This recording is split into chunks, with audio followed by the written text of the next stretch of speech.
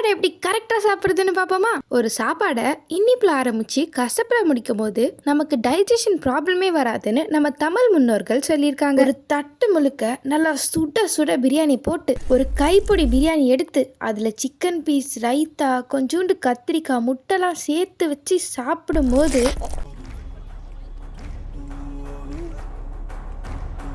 நினச்சி பார்க்கும்போதே எச்சி ஊறுதா? இந்த எச்சி தான் நம்மளோட டைஜஷன் ப்ராசஸோட மெயின் ஹீரோவே. இந்த எச்சி நம்ம சாப்பிடும்போது நம்ம சாப்பிட்றதுக்கு முன்னாடியே நம்ம சாப்பாடை வயிற்றுக்கு கொண்டு போயிடும். அதாவது வயத்துக்கு சாப்பாடு போகிறதுக்கு முன்னாடியே எப்படிப்பட்ட சாப்பாடு உள்ளே வருதுன்னு நம்ம எச்சி முன்னாடியே நம்ம உடம்பு முழுக்க போய் இன்ஃபர்மேஷனை கொடுத்துரும். இப்படிப்பட்ட எச்சி சுரக்கிறத நம்ம கண்ட்ரோலில் வச்சுக்கிறது தான் ப்ராப்பர் டைஜஷனோட ட்ரிக்கே. நம்ம இனிப்பு சாப்பிடும்போது நமக்கு எச்சி அதிகமாக சுரக்கும். அது மட்டும் இல்லாமல் தமிழ் பாரம்பரியத்தில் எந்த உணவு பரிமாறினாலும் அதில் கண்டிப்பாக ஸ்வீட் வைப்பாங்க. ஸ்வீட்லேருந்து ஆரம்பிக்கிறனால எச்சி அதிகமாக சுரக்கும். இதே கசப்பு அப்படியே ஆப்போசிட்.